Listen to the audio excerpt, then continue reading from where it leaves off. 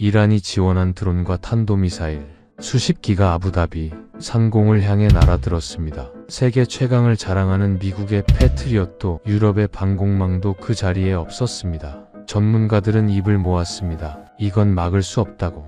도시가 불타기까지 단 몇 분밖에 남지 않았습니다. 그런데 그 절망의 하늘을 가른 것은 놀랍게도 대한민국의 미사일이었습니다. 요격률 97.3%, 민간인 피해 제로. 이란이 뒤집혔고 전 세계가 경악했습니다. 한국이 어떻게 이 불가능한 하늘을 지킨 것인지 지금 바로 확인하십시오. 그 전에 잠깐 구독과 좋아요는 다음 영상 제작에 큰 힘이 됩니다. 그리고 댓글에 대한민국 화이팅! 한국을 응원해주세요. 그럼 오늘의 사연 시작합니다.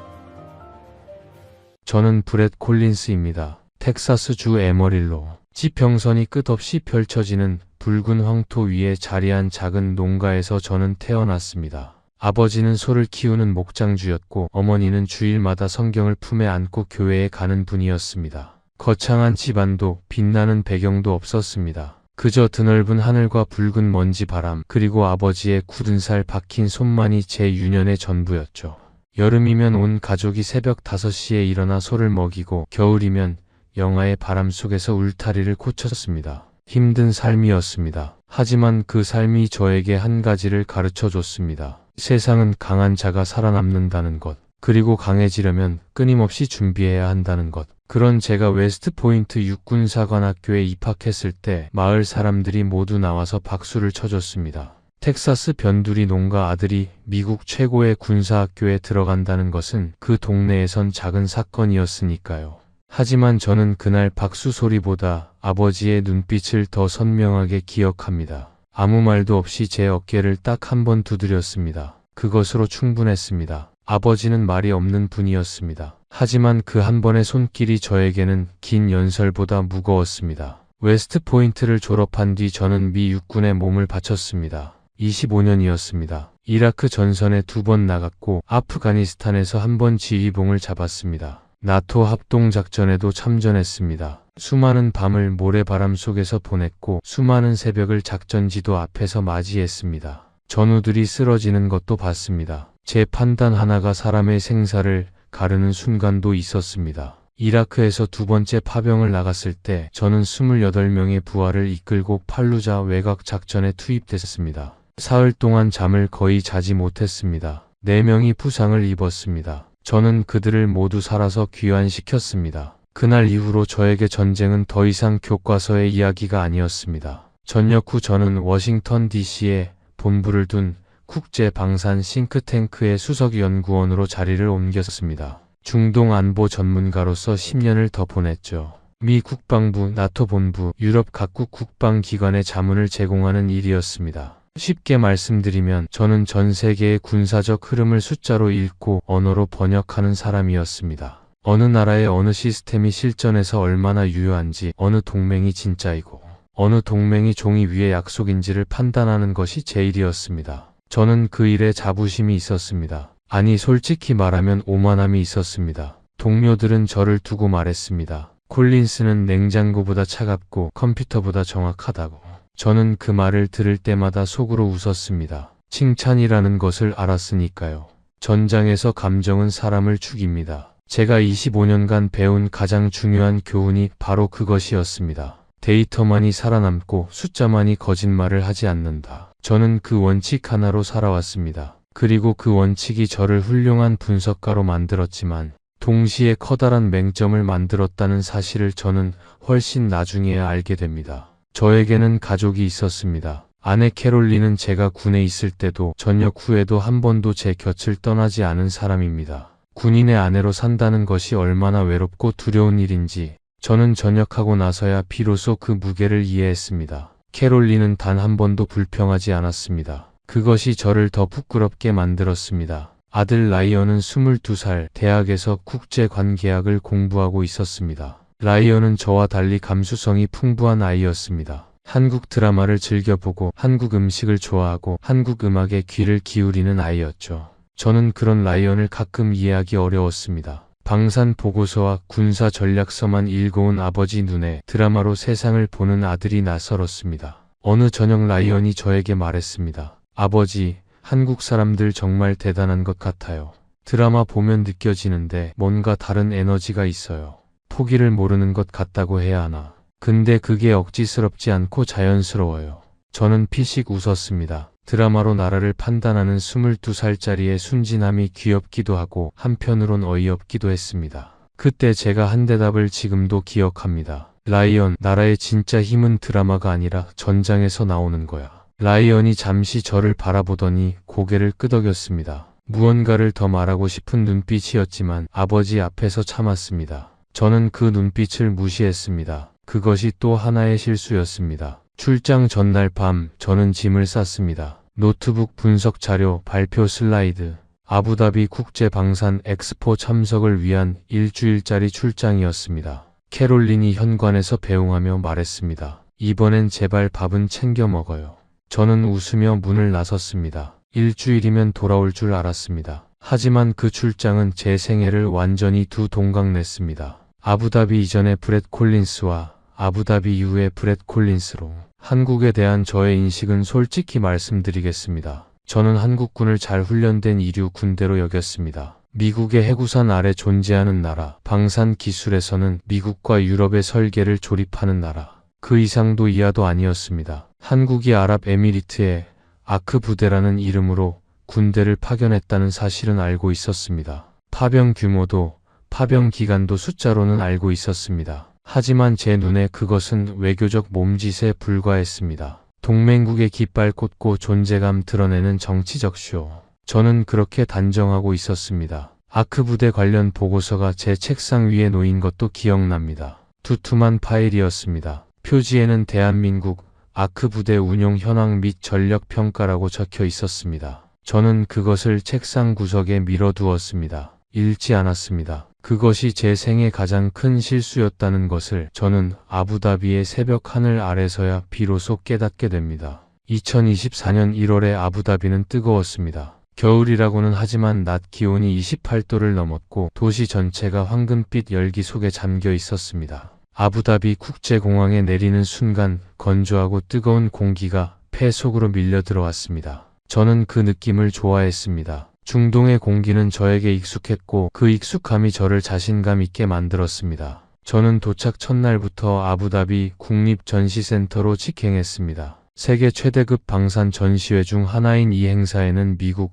영국, 프랑스, 독일, 이스라엘 등 전 세계 60개국 이상의 방산업체와 군 관계자들이 모여들었습니다. 저는 매년 이 행사에 참석해왔습니다. 익숙한 얼굴들, 익숙한 부스들, 익숙한 대화들. 저에게 이 행사는 세상이 제가 아는 방식대로 돌아가고 있음을 확인하는 자리였습니다. 미국 방산업체 부스부터 돌았습니다. 레이시온, 로키드 마틴, 보잉의 최신 시스템들이 위용을 뽐내고 있었고 영국의 바에 시스템즈, 프랑스의 탈레스도 나란히 자리를 잡고 있었습니다. 저는 담당자들과 인사를 나누고 새 카탈로그를 집어들고 커피를 한 잔씩 받아들며 행사장을 천천히 돌았습니다. 평화로웠습니다. 아니, 평화롭다고 느꼈습니다. 제가 아는 세계의 질서 안에서. 그런데 행사장 동쪽 한편에 낯선 풍경이 펼쳐져 있었습니다. 한국 방산 기업들의 부스 앞에 에미리트 공군 장교들이 열을 지어 서 있는 모습이었습니다. 한화에어로스페이스, LIG 넥스원, 현대로템. 저는 그 이름들을 알고는 있었습니다. 하지만 그 앞에 서 있는 장교들의 숫자가 예상보다 훨씬 많다는 것에 잠깐 의아함을 느꼈을 뿐입니다. 그것도 고위 장교들이었습니다. 별을 단 사람들이 한국 부스 앞에서 진지하게 설명을 듣고 있었습니다. 저는 그냥 지나쳤습니다. 지금 돌이켜보면 그때 발걸음을 멈췄어야 했습니다. 행사장 한쪽 모서리에는 한국 아크 부대 홍보 영상이 재생되고 있었습니다. 화면 속에 사막 배경 앞에 정렬한 장병들이 있었습니다. 저는 그 화면 앞을 지나치면서 시선을 잠깐 줬다가 거뒀습니다. 깔끔하고 정렬됐다. 그게 전부였습니다. 그 장병들의 눈빛을 제가 제대로 봤다면 아마 조금 달랐을 것입니다. 그날 행사장에서 알리 알만수리 중령을 처음 만났습니다. 에미리트 공군 소속의 장교였는데 키가 크고 눈빛이 또렷한 사람이었습니다. 악수가 단단했습니다. 군인의 악수였습니다. 명함을 주고받았습니다. 저는 명함의 소속 부대 마크를 제대로 읽지도 않았습니다. 그저 또 한 명의 에미리트 군 관계자라고만 생각했죠.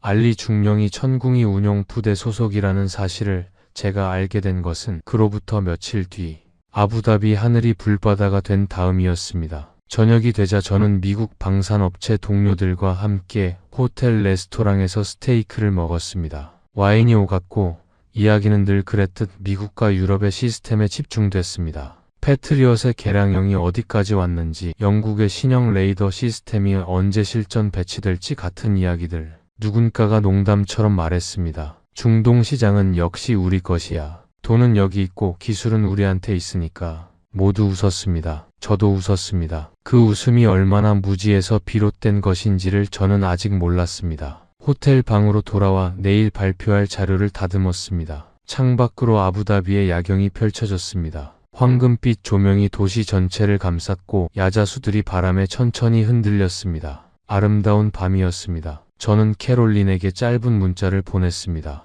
잘 지내고 있다고, 곧 돌아가겠다고.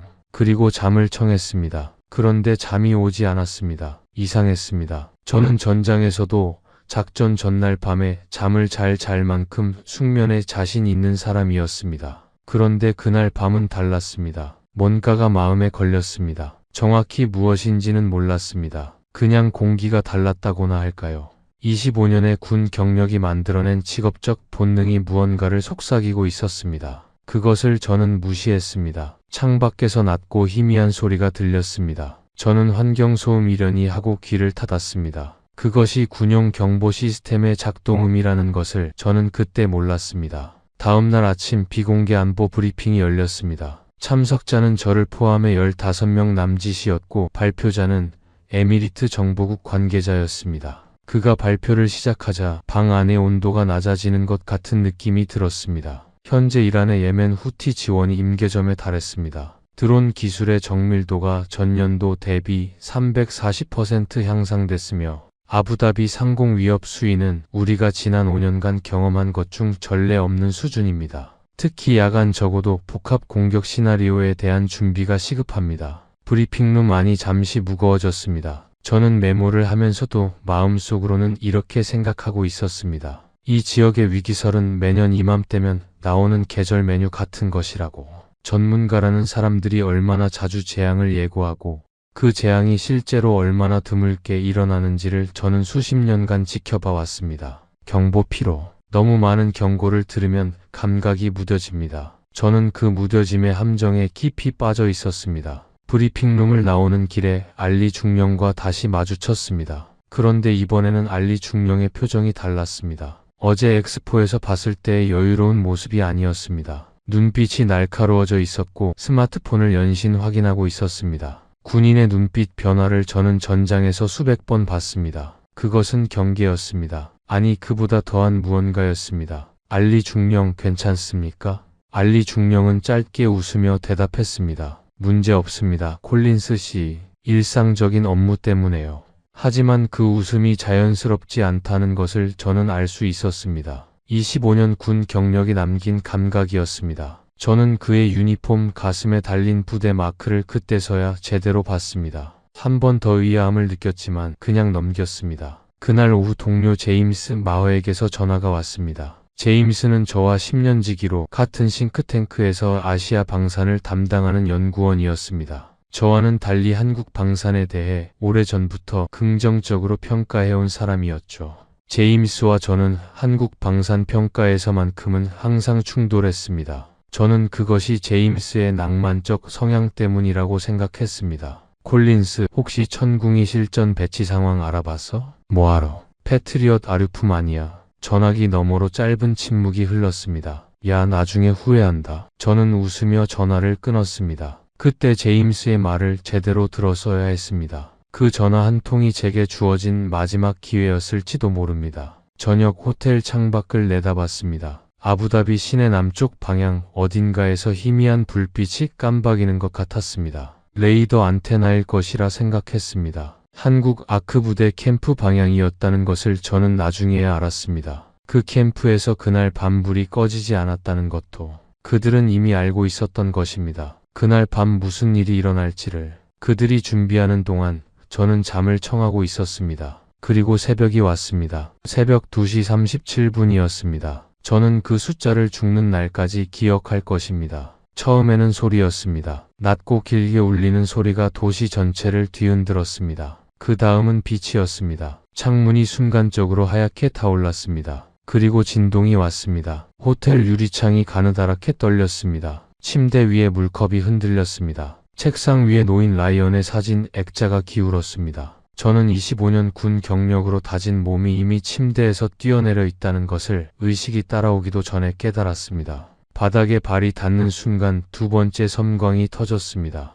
이번엔 더 강했습니다. 창밖의 하늘이 새벽 2시의 어둠이 낮이 되어버렸습니다. 한순간에 저는 본능적으로 창가로 달려갔습니다. 아부다비 남쪽 하늘이 붉게 물들고 있었습니다. 연기가 솟아오르는 것이 보였습니다. 그리고 그 하늘 위에서 뭔가가 날아다니고 있었습니다. 여러 개였습니다. 빠르게 움직이는 불꽃들이 어둠 속을 가로지르고 있었습니다. 그것들이 무엇인지 저는 즉각 알았습니다. 드론이었습니다. 그리고 그 뒤를 따라 더 크고 빠른 불꽃이 솟구쳐 오르고 있었습니다. 탄도미사일이었습니다. 호텔 복도에서 비명과 발걸음 소리가 뒤섞였습니다. 대피 방송이 울렸습니다. 저는 군인의 본능으로 폭도로 나가는 대신 창가를 떠나지 않았습니다. 보고 기록해야 한다. 분석가로서의 반사적 행동이었습니다. 방위각을 계산했습니다. 발사 추정 지점을 머릿속에 그렸습니다. 손이 떨렸지만 머리는 돌아가고 있었습니다. 그때였습니다. 복도에서 빠른 발걸음 소리가 들리더니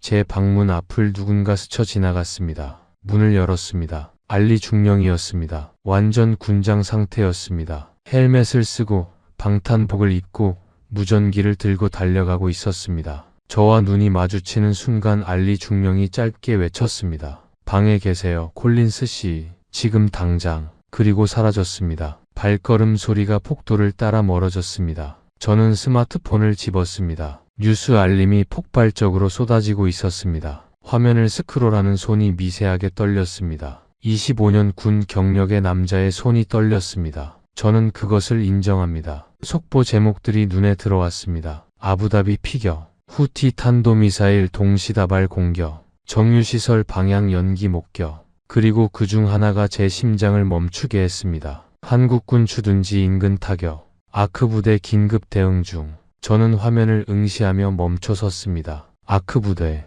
제가 보고서를 읽지 않고 책상 구석에 밀어두었던 그 이름이었습니다. 제가 정치적 쇼라고 단정했던 그 부대가 지금 이 순간 이 도시에서 가장 뜨거운 이름이 되어 있었습니다. 창밖에서 또 한 번 섬광이 터졌습니다. 이번엔 달랐습니다. 지상에서 무언가가 하늘을 향해 솟구쳐 올라갔습니다. 빠르게, 아주 빠르게, 번개보다 빠르게, 그리고 공중에서 폭발이 일어났습니다. 저는 그 불꽃이 요격임을 직감했습니다. 날아오는 미사일을 맞춰 부순 것이었습니다. 한 번이 아니었습니다. 연속으로 일어났습니다. 하늘 위에서 불꽃이 터지고 또 터지고 터질 때마다 도시는 흔들렸지만 부서지지 않았습니다. 저는 메모를 시작했습니다. 분석가의 본능이었습니다. 손이 떨렸지만 글씨를 썼습니다. 발사 각도, 반응 시간, 요격 코도, 숫자들이 메모장을 채워나갔습니다. 그리고 저는 그 숫자들 앞에서 처음으로 당혹감을 느꼈습니다. 반응 시간이 너무 빨랐습니다. 제가 알고 있는 어떤 시스템보다도 빠른 반응이었습니다. 이건 패트리엇이 아니었습니다. 이건 제가 아는 어떤 미국 시스템도 유럽 시스템도 아니었습니다. 날이 밝기 시작했습니다. 새벽 5시를 넘어서면서 공격이 멎었습니다. 도시는 조용해졌고 연기만이 남아서 천천히 하늘로 올라갔습니다. 저는 옷을 챙겨 입고 호텔 밖으로 나갔습니다. 발걸음이 빨랐습니다. 현장을 봐야 했습니다. 거리는 혼란 속에 있었습니다. 경찰차와 소방차가 사이렌을 울리며 달렸고 시민들이 여기저기 모여 서서 남쪽 하늘의 연기를 바라보고 있었습니다. 저는 현지 기자들과 뒤섞여 피해 현장 방향으로 걸어갔습니다. 정유시설 외곽에 요격된 미사일 파편이 떨어져 있었습니다. 저는 쪼그려 앉아 그 파편들을 유심히 살폈습니다. 미사일 파편을 25년간 봐온 사람의 눈이었습니다. 그런데 그 파편들 사이에 낯선 것들이 있었습니다. 파편의 형태가 달랐습니다. 공격 미사일의 잔해가 이렇게 작게 부서졌다는 것은 요격의 정밀도가 매우 높았다는 의미였습니다. 그때 뒤에서 에미리트 방위부 대변인의 목소리가 들렸습니다. 즉석 브리핑이 시작됐습니다. 이번 공격은 후티 세력이 발사한 탄도미사일 7기와 드론 11기의 복합 공격이었습니다. 피해 현황은 정유시설 외곽 설비 일부 손상, 민간인 피해는 없습니다. 아부다비 도심과 주요 시설은 완전히 보호됐습니다. 이번 방어 작전에서 핵심적 역할을 수행한 것은 대한민국 아크 부대의 천궁이 시스템입니다. 천궁이 시스템이 핵심적 역할을 수행했다. 저는 그 문장에서 멈췄습니다. 주변의 소음이 사라지는 것 같았습니다. 기자들의 질문 소리도 사이렌 소리도 오직 그 한 문장만 남았습니다. 제 옆에 한 에미리트 노인이 서 있었습니다. 흰 옷을 입은 그 노인은 눈물을 글썽이고 있었습니다. 그리고 제가 보는 앞에서 손을 모으더니 한국어 발음을 힘겹게 하려 했습니다. 감사합니다. 발음이 서툴렀습니다. 하지만 그 말 안에 담긴 것은 서툴지 않았습니다. 저는 그 노인의 모습을 보며 무언가가 가슴 한켠에서 움직이는 것을 느꼈습니다. 분석가의 심장이 처음으로 흔들렸습니다. 제임스에게 전화를 걸었습니다. 이번엔 신호가 갔습니다. 콜린스 봤지? 봤어. 이제 믿겠어? 천궁이 말이야. 저는 대답을 하지 못했습니다. 전화기를 쥔 손이 다시 한번 떨렸습니다. 25년 경력의 손이. 그날 오후 미국 대사관에서 전화가 왔습니다. 상황 파악 보고서를 써달라는 요청이었습니다. 저는 25년간 단 한 번도 보고서 앞에서 막힌 적이 없었습니다. 그런데 그날은 달랐습니다. 화면을 켜고 키보드 위에 손을 올리고 저는 한참을 아무것도 치지 못했습니다. 무슨 말을 써야 할지 몰랐습니다. 제가 알고 있다고 생각했던 것들이 산산이 흩어진 느낌이었습니다. 이란은 멈추지 않았습니다. 그날 저녁,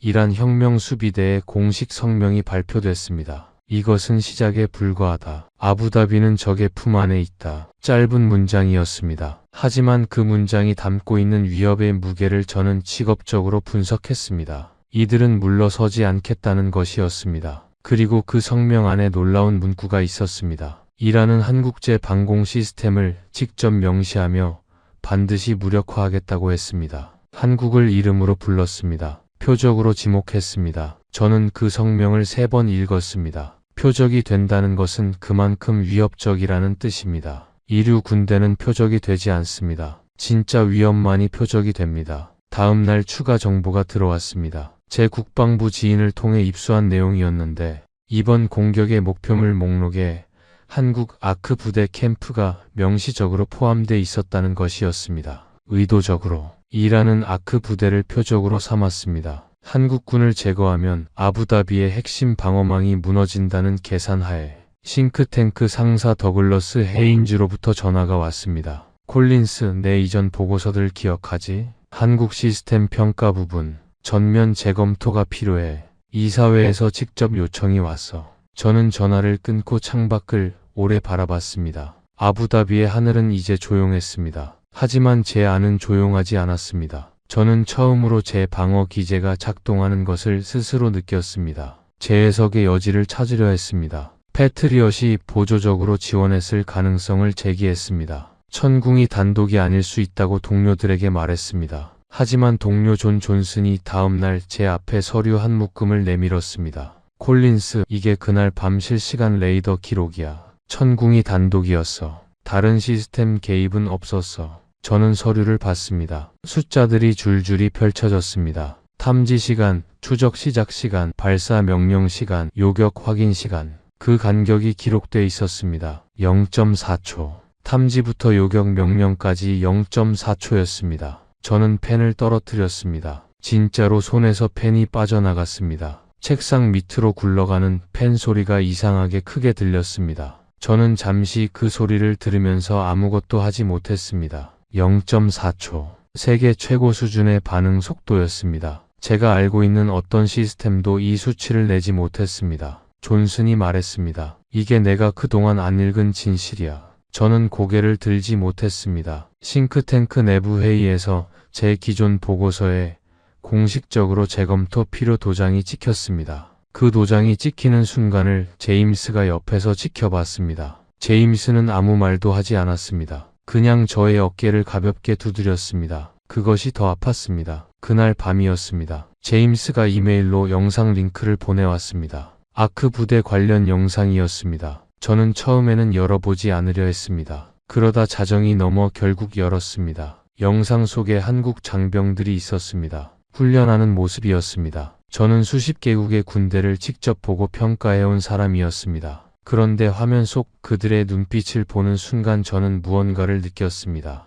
고요한 확신, 분노도 흥분도 아닌 말로 설명하기 어려운 고요한 확신이 그 눈빛들 속에 있었습니다. 그 눈빛 중 하나가 저를 붙잡았습니다. 20대 초반의 한 하사였습니다. 그 나이에 그 눈빛이 30년 전 웨스트포인트에 입학하던 날 아버지가 제 어깨를 두드리며 보내준 그 눈빛과 닮아 있었습니다. 저는 호텔 방에서 혼자 새벽 4시까지 자료를 읽었습니다. 처음부터 제대로 읽었습니다. 한국 방위산업의 역사, 1953년 정전협정. 그 당시 한국의 국방 예산은 미국 한 개 사단 유지비에도 미치지 못했습니다. 1960년대 한국이 처음 독자 무기 개발을 시도했을 때 세계는 코웃음을 쳤습니다. 그 나라가 무슨 무기를 만드느냐고.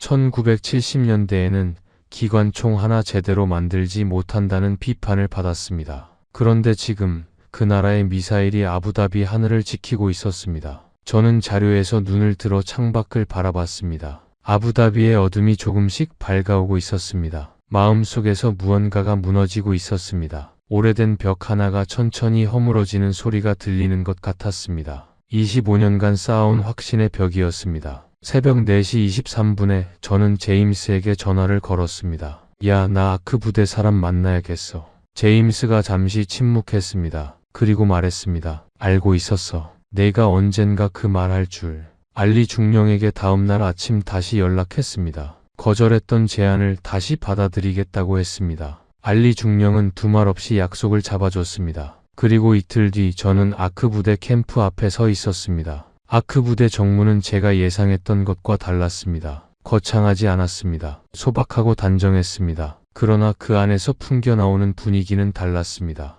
질서였습니다. 긴장이 아닌 훈련된 평온함. 저는 정문을 들어서면서 그것을 바로 느꼈습니다. 수십 개국의 군 캠프를 방문해본 저에게도 이 느낌은 낯설었습니다. 알리 중령이 한 사람을 데려왔습니다. 키가 크지 않았습니다. 화려한 훈장도 압도적인 체격도 없었습니다. 하지만 악수를 하는 순간 저는 알았습니다. 이 사람은 다르다는 것을. 김준혁 중령입니다. 목소리가 낮고 단단했습니다. 그리고 눈을 피하지 않았습니다. 악수를 하면서도 눈을 피하지 않는 사람이었습니다. 군인의 눈빛 중 가장 강한 눈빛은 분노가 아닙니다. 고요한 확신입니다. 그것이 김준혁 중령의 눈이었습니다. 영상에서 봤던 그 하사의 눈빛과 같은 계열의 것이었습니다. 저는 이 나라의 장군도 하사도 같은 눈빛을 가지고 있다는 것을 그때 처음으로 알았습니다. 저는 그날 밤 작전에 대해 물었습니다. 김준혁 중령은 감정 없이 설명했습니다. 숫자와 절차만으로.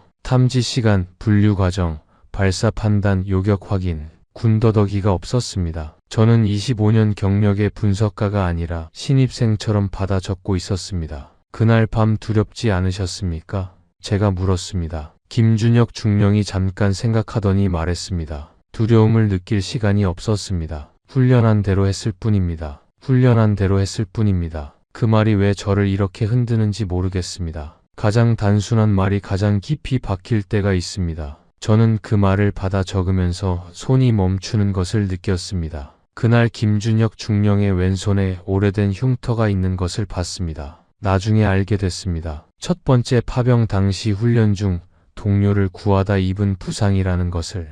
알리 중령이 식사를 제안했습니다. 아크 부대 식당으로 들어갔습니다. 테이블 위에 음식이 차려졌습니다. 붉은 국물이 보글보글 끓고 있었습니다. 김치찌개였습니다. 저는 처음 먹어보는 음식이었습니다. 냄새가 강했습니다. 익숙하지 않은 향이었습니다. 하지만 한 숟가락 떠서 입에 넣는 순간 뜨겁고 진하고 깊은 맛이 목 안으로 넘어갔습니다. 이상했습니다. 낯선 맛이었는데 거부감이 없었습니다. 오히려 몸이 받아들이는 느낌이었습니다. 저는 어색하게 웃었습니다. 김준혁 중령이 처음으로 눈가에 작은 미소를 지었습니다. 알리 중령이 한국어로 무언가를 말하자 식당 안에 있던 장병들이 조용히 웃었습니다. 저는 그 웃음이 무슨 뜻인지 몰랐지만 기분이 좋았습니다. 식사 후 저는 아크 부대 막사를 걸었습니다. 복도 게시판에 뭔가가 붙어 있었습니다. 가까이 가서 봤습니다. 한국 지도가 있었습니다. 그리고 그 옆에 장병들의 가족 사진들이 빼곡히 붙어 있었습니다.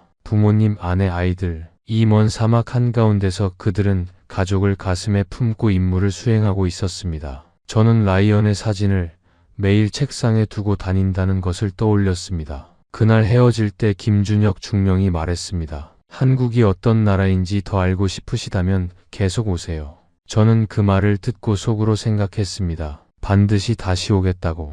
호텔로 돌아와 저는 보고서 초안을 모두 지웠습니다. 25년 경력에서 처음 있는 일이었습니다. 하얗게 비워진 화면을 바라보며 저는 처음으로 제대로 된 보고서를 쓰는 기분을 느꼈습니다. 새 메모장을 꺼냈습니다. 펜을 들고 맨 위에 딱 한 줄을 적었습니다. 한국 나는 틀렸다. 아들 라이언에게 전화를 걸었습니다. 라이언, 너 한국에 대해 뭔가 대단하다고 했더라. 라이언이 신나는 목소리로 대답하기 시작했습니다. 저는 이번엔 끊지 않고 들었습니다. 끝까지. 한참 동안 라이언의 이야기를 들으면서 저는 창밖을 바라봤습니다. 아부다비의 밤하늘이 조용하게 빛나고 있었습니다. 그 하늘 어딘가에 대한민국의 미사일이 준비된 채로 서 있었습니다. 아크 부대 공식 취재 허가가 났습니다. 저는 72시간 동안 부대와 함께 했습니다. 새벽 기상부터 훈련, 야간 경계까지. 첫날 아침 6시 기상 나팔이 울리기 전에 이미 장병들이 일어나 있었습니다.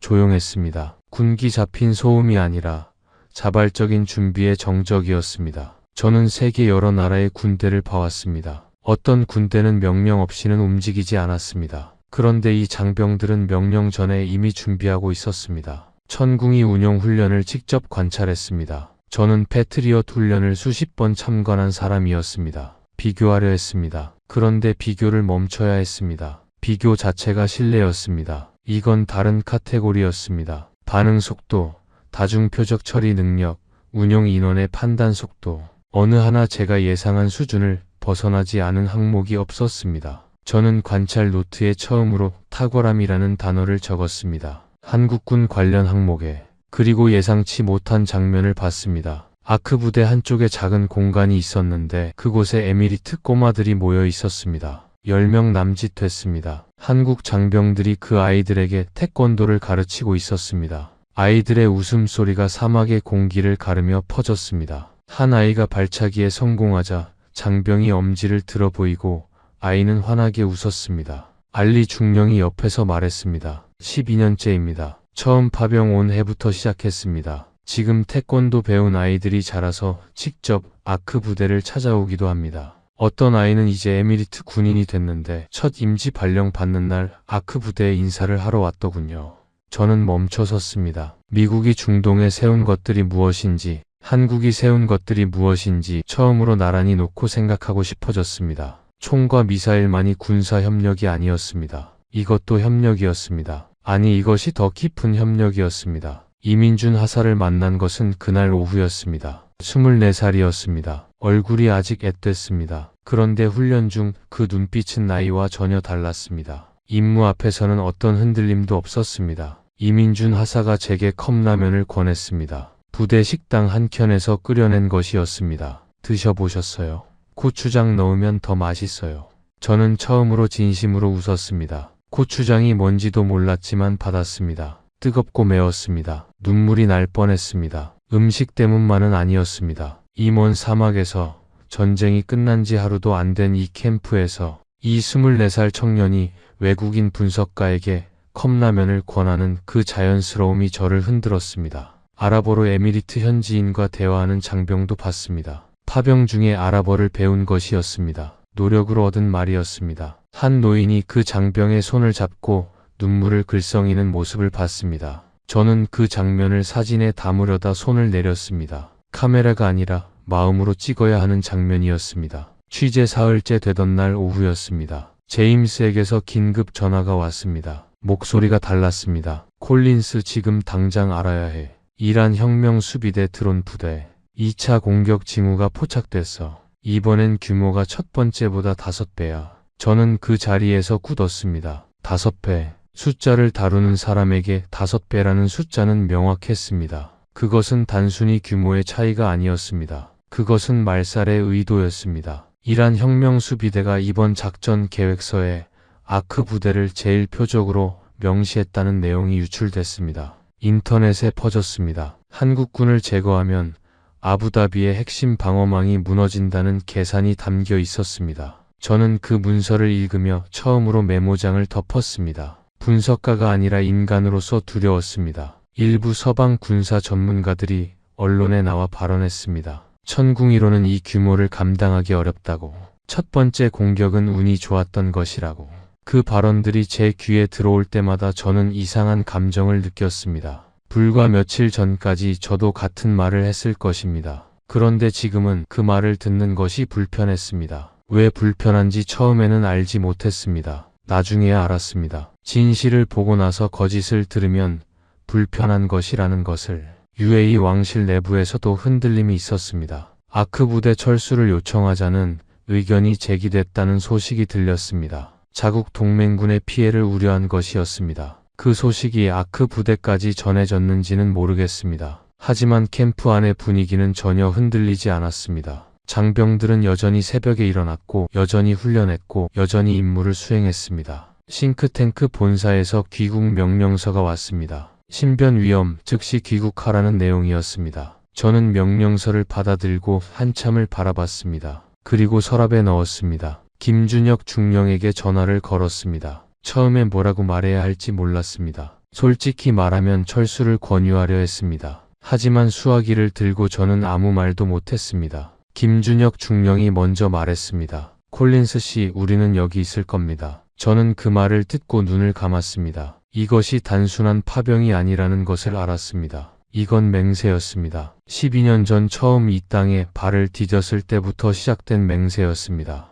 이민준 하사가 어머니에게 전화하는 장면을 우연히 목격했습니다. 막사복도였습니다. 낮은 목소리로 통화하고 있었습니다. 임 오케이. 걱정하지 마 엄마. 나 괜찮아. 그 뒷모습을 보며 저는 저의 가슴이 조여드는 것을 느꼈습니다. 24살 청년이 어머니에게 걱정하지 말라고 말하고 있었습니다. 세상의 모든 군인이 전장에서 집으로 보내는 그 말이 그날 밤 제 가슴에 화살처럼 꽂혔습니다. 알리 중령이 왕실에 직접 보고했다는 소식이 들렸습니다. 아크 부대가 있는 한철수 요청은 없습니다. 그 말을 왕실에 전달했다는 것이었습니다. 저는 그 말을 전해 듣고 알리 중령을 다시 봤습니다. 두 나라 사이에 흐르는 것이 무엇인지를 그 한마디가 설명하고 있었습니다. 귀국 명령서를 서랍에서 다시 꺼냈습니다. 또 한 번 바라봤습니다. 그리고 다시 넣었습니다. 25년 경력에서 처음으로 명령보다 중요한 것이 생겼습니다. 2차 공격은 예고 없이 왔습니다. 준비됐다는 것을 알면서도 막상 시작됐을 때 몸이 반응하는 것은 어쩔 수 없었습니다. 저는 아크 부대 지휘소 외곽 허가받은 위치에 서 있었습니다. 밤하늘에 첫 번째 불꽃이 피어오르는 순간 저는 숨을 멈췄습니다. 이번엔 규모가 달랐습니다. 빠르게 날아오는 드론들, 그 뒤로 탄도미사일의 불꽃, 하늘이 가득 찼습니다. 저는 메모를 하려 했습니다. 손이 굳었습니다. 저는 그냥 봤습니다. 분석가가 아니라 인간으로서 그냥 봤습니다. 지휘소는 조용했습니다. 믿을 수 없을 정도로. 하늘에서는 공격이 쏟아지는데 그 안에 한국 장병들은 숨소리조차 가라앉은 채로 각자의 임무를 수행하고 있었습니다. 명령이 오가는 소리가 났습니다. 낮고 정확한 한국어 음성들이.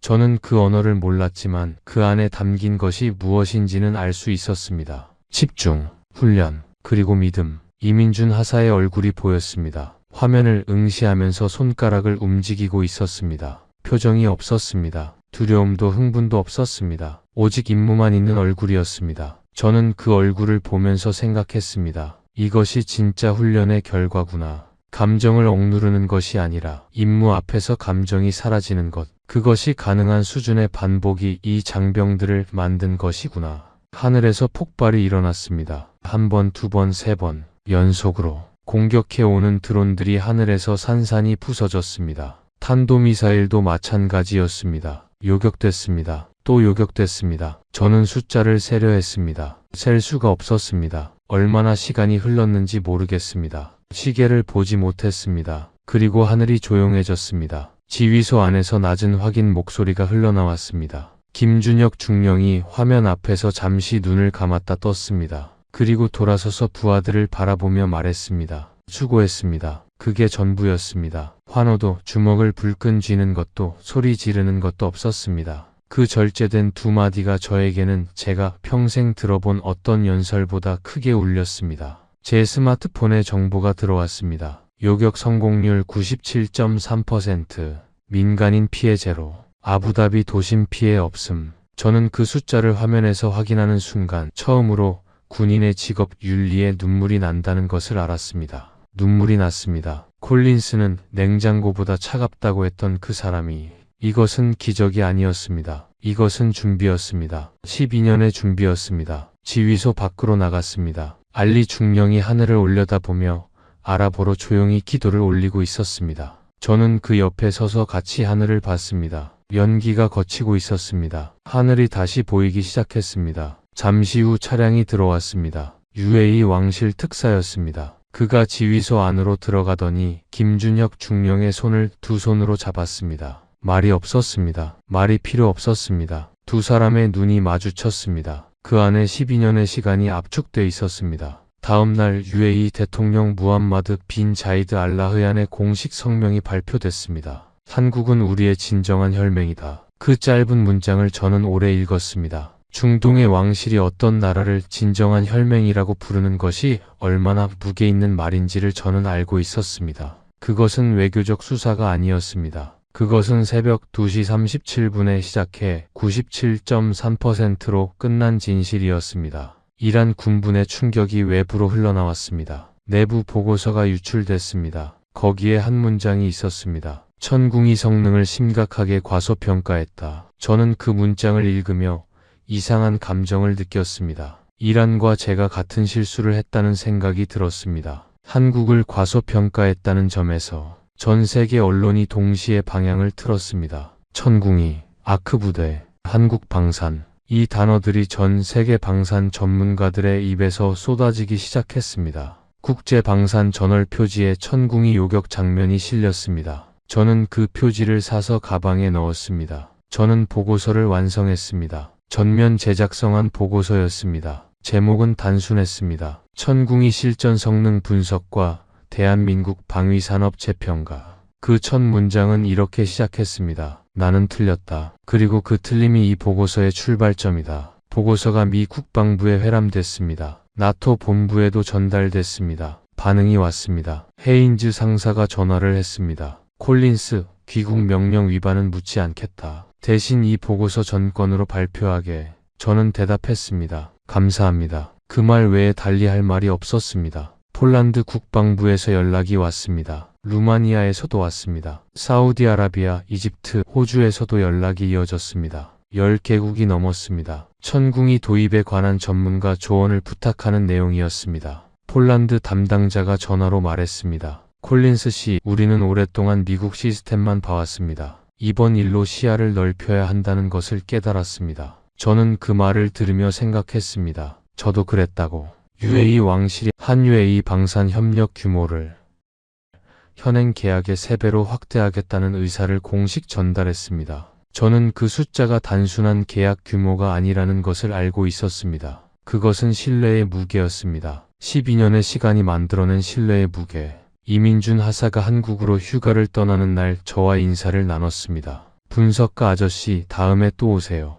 저는 웃었습니다. 그리고 그가 돌아가는 뒷모습을 오래 바라봤습니다. 24살 청년, 대한민국의 청년. 그가 걸어가는 모습에서 저는 이 나라의 힘이 어디에서 오는지를 봤습니다. 미 의회 청문회에서 저는 증인으로 출석했습니다. 한국 방산의 글로벌 역할 재평가라는 주제의 세션이었습니다. 의원들 앞에서 저는 말했습니다. 저는 한국군을 1위로 평가했습니다. 그것이 틀렸습니다. 아부다비의 하늘이 그것을 증명했습니다. 그리고 저는 그 현장에 있었습니다. 청문회장이 잠시 조용해졌습니다. 그 침묵이 어떤 박수보다 무거웠습니다. 얼마 후 저는 처음으로 한국을 방문했습니다. 인천공항에 내리는 순간부터 달랐습니다. 공항이 깨끗하고 정확했습니다. 안내 시스템이 완벽했습니다. 택시 기사가 정직하게 요금을 받았습니다. 사소한 것들이었지만 저는 그 사소한 것들이 쌓여서 나라의 품격이 된다는 것을 알고 있었습니다. 하나 에어로스페이스 공장을 방문했습니다. 공장 안을 걷는 내내 저는 말을 잃었습니다. 정밀하고 체계적이었습니다. 방산 선진국이라 불리는 미국과 독일의 공장에서 봤던 것과 견주어도 손색이 없었습니다. 그런데 그보다 더 인상 깊었던 것은 그곳에서 일하는 사람들의 태도였습니다. 한 용접 기술자를 만났습니다. 이 공장에서만 40년을 일했다는 분이었습니다. 손이 두꺼웠습니다. 아버지의 손이 생각났습니다. 이 나라가 여기까지 오는데 무엇이 가장 중요했다고 생각하십니까? 그분이 잠시 생각하더니 말했습니다. 포기 안 한 거죠 뭐. 남들이 안 된다 하면 더 하고 싶어지는 게 우리 사람들이에요.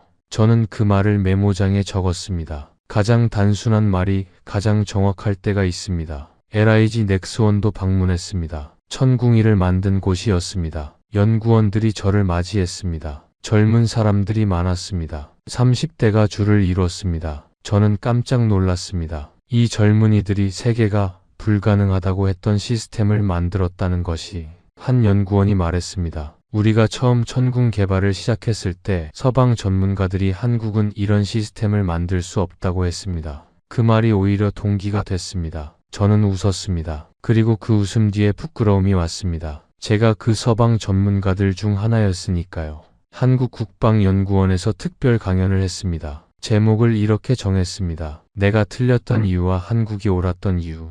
강연장에 들어서는 순간 저는 잠시 멈췄습니다. 앞자리에 젊은 한국 연구원들이 가득 앉아 있었습니다. 태극기 배지를 달고 온 유학생도 있었습니다. 그들의 눈빛이 이민준 하사의 눈빛과 같았습니다. 고요한 확신. 저는 강연을 이렇게 시작했습니다. 저는 한국에 대해 틀렸습니다. 그 틀림에서 이 강연이 시작됩니다. 박수가 터졌습니다. 저는 그 박수를 받으며 눈시울이 뜨거워지는 것을 느꼈습니다. 강연 내내 저는 제가 얼마나 오만했는지를 숨기지 않았습니다. 한국을 이르러 불렀던 것, 보고서를 읽지 않았던 것, 아크 부대를 정치적 쇼라고 했던 것, 모두 말했습니다. 강연이 끝나고 한 노교수가 저에게 다가왔습니다. 지팡이를 짚고 천천히 걸어오셨습니다. 흰 머리카락이 가득한 분이었습니다. 선생님, 6.25 때 우리가 아무것도 없었던 것을 기억하십니까? 말씀이 아니라 물음이었습니다. 저는 대답했습니다. 압니다. 이제는 압니다. 노교수가 저의 손을 잡으셨습니다. 손이 떨렸습니다. 저도 떨었습니다. 우리는 한동안 아무 말도 하지 않았습니다. 강연장에 불이 꺼지기 시작했습니다. 우리 두 사람만 남았습니다. 텍사스 농가 출신의 미국 분석가와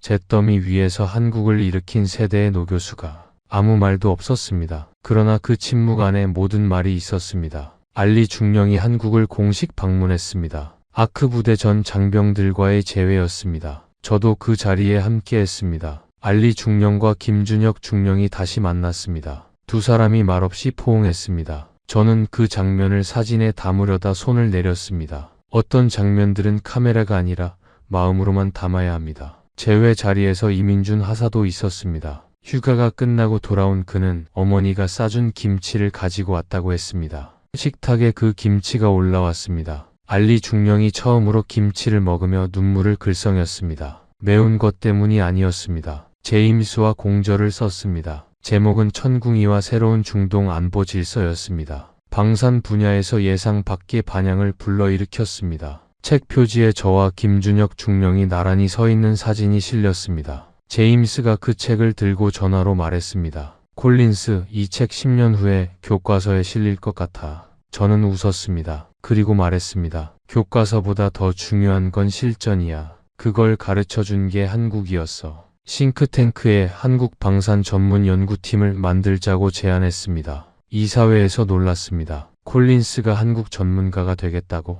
저는 대답했습니다. 아니요. 저는 이미 됐습니다. UAE-한국 간 전략적 동반자 협정 서명식이 열렸습니다. 저는 참관인으로 그 자리에 있었습니다. 한국 국기와 UAE 국기가 나란히 펄럭였습니다. 서명이 이루어지는 순간 저는 그 깃발들이 단순한 천조각이 아니라는 것을 느꼈습니다. 그 안에 새벽 2시 37분이 담겨 있었습니다. 97.3%가 담겨 있었습니다. 이민준 하사의 임 OK가 담겨 있었습니다. 지금 저는 매일 아침 한국어 단어를 외웁니다. 20개씩. 어젯밤엔 정이라는 단어를 배웠습니다. 한국어 사전에는 이렇게 설명돼 있었습니다. 말로 설명하기 어려운 깊은 유대감. 저는 그 단어를 처음 읽는 순간 알았습니다. 제가 아부다비에서 목격한 것이 바로 그것이라는 것을. 한국 장병들과 에미리트 장병들 사이에 흐르던 것. 김준혁 중령과 알리 중령이 포옹할 때 그 안에 담겨 있던 것. 이민준 하사가 어머니에게 걱정하지 말라고 말하던 그 뒷모습 안에 있던 것. 그 모든 것이 정이라는 한 글자 안에 담겨 있었습니다. 제 서재 가장 눈에 잘 띄는 자리에 엽서 하나가 놓여 있습니다. 이민준 하사가 한국에서 보내온 것입니다. 태극기가 그려져 있고 뒷면에 서툰 영어로 이렇게 쓰여 있었습니다. 콜린스 씨, 대한민국을 기억해 주셔서 감사합니다. 저는 그 엽서를 받았을 때 한참을 들고 있었습니다. 기억해 줘서 고맙다고 했습니다. 하지만 진실은 반대였습니다. 제가 감사해야 했습니다. 그 새벽 2시 37분 저를 깨워준 것이 그들이었으니까요. 아들 라이언이 대학에서 전공을 바꾸겠다고 했습니다. 한국 외교를 공부하겠다고 했습니다. 눈이 빛났습니다. 어릴 때 드라마를 보며 한국 사람들이 대단하다고 했던 그 아이가 이제는 학문으로 그 나라를 공부하겠다고 했습니다. 저는 아무 말도 하지 않았습니다. 그냥 라이언의 어깨를 딱 한 번 두드렸습니다. 제 아버지가 웨스트포인트 입학날 저에게 했던 것처럼 그것으로 충분했습니다. 말이 필요 없을 때가 있습니다. 그리고 그 침묵이 어떤 말보다 깊을 때가 있습니다. 제 책상 앞에는 작은 메모가 붙어 있습니다. 매일 아침 가장 먼저 읽는 문장입니다. 97.3%는 기적이 아니라 준비다. 저는 이 이야기를 세상에 전해야겠다고 결심했습니다. 그 결심을 한순간 저는 이미 분석가가 아니었습니다. 저는 증인이었습니다. 대한민국이 세상에 얼마나 대단한 나라인지를 가장 가까이에서 목격한 증인. 한국은 6.25 전쟁의 잿더미에서 출발했습니다. 아무것도 없었습니다. 아버님 세대가 맨손으로 일궜습니다. 그 위에 다음 세대가 쌓았습니다. 또 그 위에 이민준 하사 같은 청년들이 서 있습니다. 그 청년들이 중동의 하늘을 지키고 있습니다. 어떻게 이것이 가능했을까요?